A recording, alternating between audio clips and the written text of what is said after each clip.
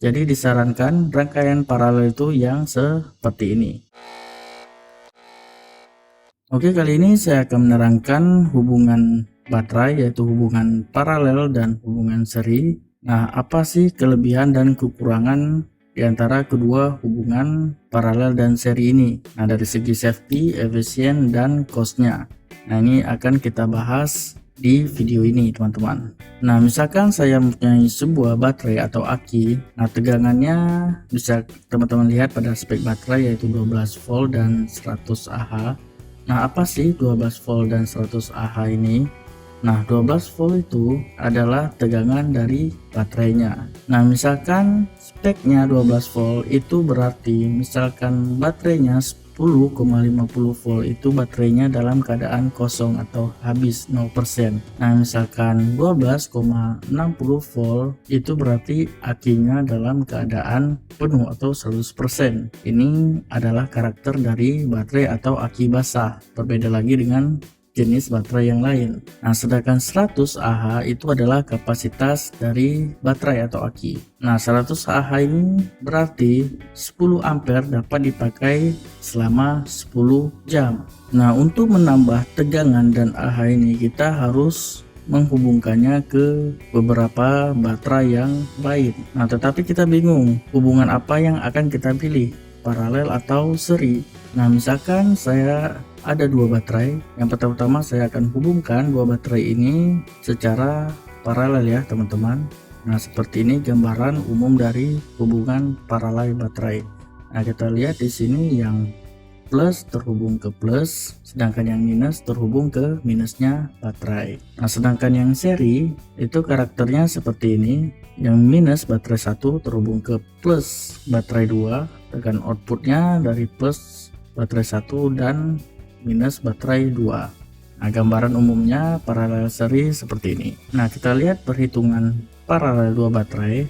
Nah, kita lihat hasilnya 12 volt dan 200 Ah ya, teman-teman. Nah, 12 volt ini pada paralel akan tetap walaupun baterainya ada 2, 3 dan seterusnya akan tetap 12 volt. Sedangkan Ah, semakin banyak baterai yang diparalelkan, maka kapasitas Ah ini akan semakin naik.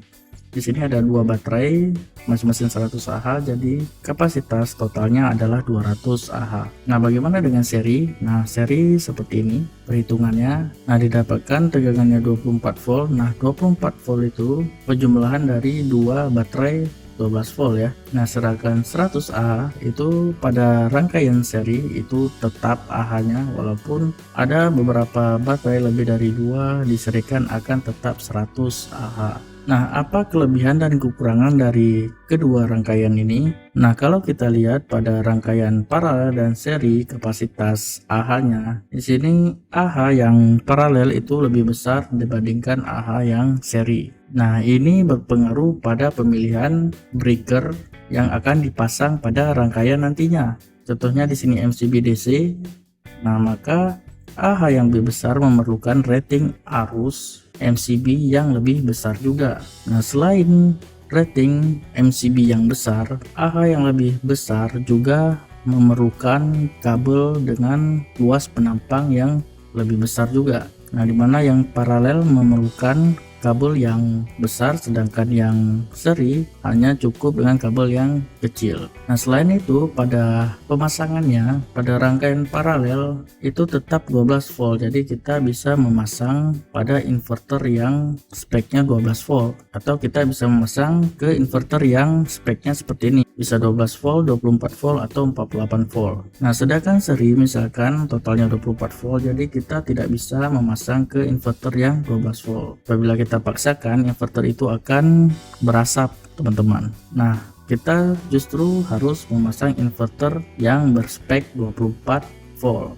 Nah, misalkan saya tambah baterai yang di paralel menjadi 4. Nah, ini totalnya akan menjadi 12 volt dan 400 Ah. 400 Ah ini kita dapatkan karena jumlah baterainya menjadi 4. Nah, karena 400 Ah ini juga mengindikasikan arus maksimum, jadi arus yang akan melewati MCB dan kabel juga akan semakin tinggi, sehingga kita memerlukan MCB dan kabel yang lebih besar. Nah, karena kita bermain dengan arus tinggi, maka rangkaian paralel ini merupakan rangkaian yang kurang aman sebenarnya. Nah, berbeda dengan seri, apabila saya tambah 4 baterai diserikan, nah totalnya akan menjadi 48 volt dan 100 Ah. Nah, 4 volt ini karena ada 4 baterai ya teman-teman, sehingga MCB dan kabelnya juga kecil ya, karena arusnya juga kecil, sehingga rangkaian ini bisa kita bilang lebih safety dibandingkan paralel teman-teman. Nah, kalau kita bicarakan energi atau watt hour pada paralel itu 4,8 kWh, sedangkan energi pada rangkaian seri itu juga 4,8 kWh. Jadi antara paralel dan seri itu sama-sama energinya 4,8 kWh.